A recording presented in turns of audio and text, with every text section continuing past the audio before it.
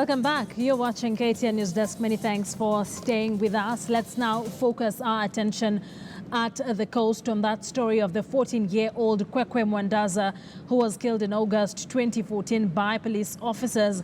The High Court in Mombasa found 2 police officers guilty of manslaughter and jailed them for 7 years each. However, human rights groups have appealed that sentence. And let's now speak to Francis Mtalaki, who is at the coast. Francis, thank you for joining us. And what delivery was made today by the appellate court in the coast?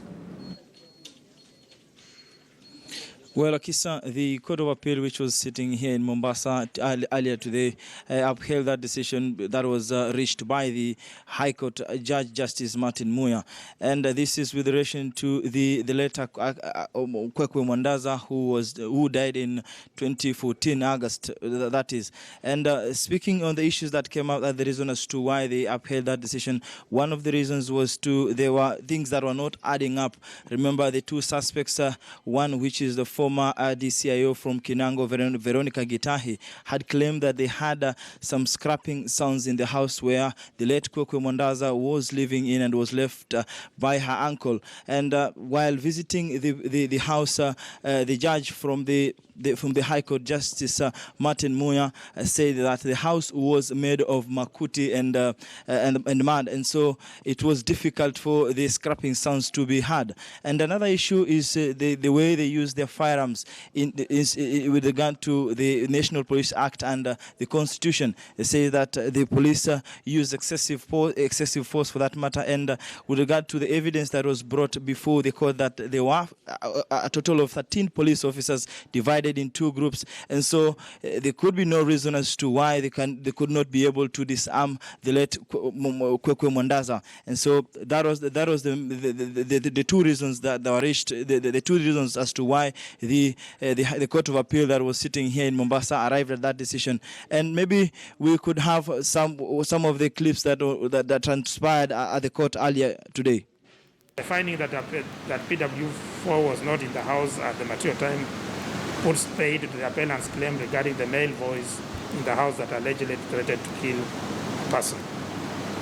The other thing which does not appear to add up at all regards the alleged scrapping sound which they took for the panga being sharpened. This sound was allegedly against the wall of a house, yet when the learned judge visited the house in Po, he found that the house to be a makuti, thatched mud house.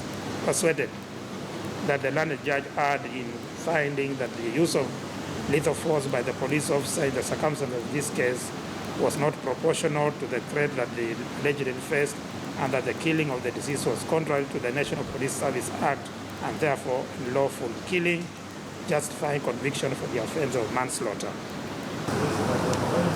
As regards the sentence that was imposed, we reiterate that sentencing entails exercise of discretion by the trial court, and this court is slow to interfere with such an exercise unless it's satisfied that it was not exercised judiciously. The appellant was sentenced to serve 7 years imprisonment. The prescribed sentence for manslaughter is life imprisonment. The learned judge made elaborate sentencing notes and took into account the prescribed sentence, the fact that the appellants were first offenders, their personal circumstances, and the many years they had served in the police service, the prevalence of cases of unjustified use of lethal force by the police, the victim and impact as statement by the mother of the deceased, and the fact that the deceased was a young girl.